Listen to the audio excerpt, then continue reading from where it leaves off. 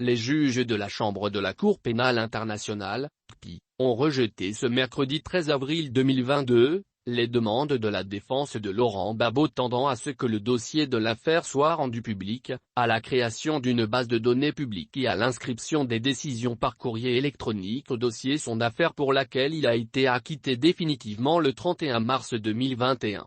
La Chambre note que, dans le contexte spécifique de la législation de la Cour, chaque chambre de première instance doit trouver un équilibre entre l'exigence que la procédure soit transparente conformément à l'article 67(1) du statut et à la obligation, en vertu de l'article 68 du statut, de protéger la sécurité, la santé physique et bien-être psychologique, dignité et vie privée des victimes et des témoins.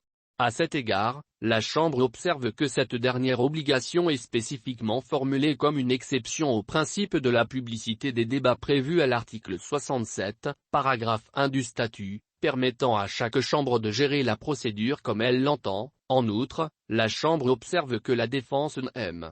Gbagbo ne relève aucune raison qui justifierait un réexamen en bloc de l'intégralité du dossier.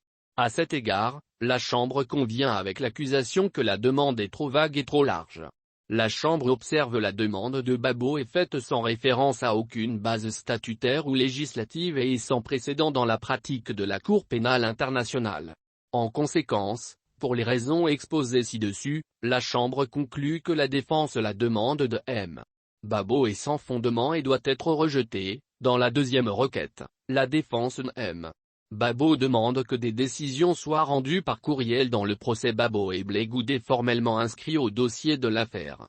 La Chambre note qu'il n'y a pas de désaccord entre les parties quant à si cela serait approprié pour assurer l'exhaustivité du dossier et pour signifier l'intérêt de la publicité. Elle note que la Chambre de première instance y a utilisé des procédures plus informelles pour maintenir un compte-rendu de ses décisions et, par conséquent, il y a des limites à ce qui peut être reconstitué à cette étape, compte tenu notamment des contraintes de ressources.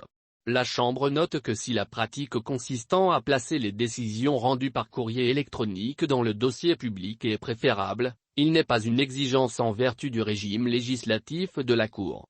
Par ces motifs, la Chambre rejette la première demande et ordonne au greffe et aux différentes parties de procéder conformément au règlement de la CPI, et rejette aussi le reste la deuxième demande.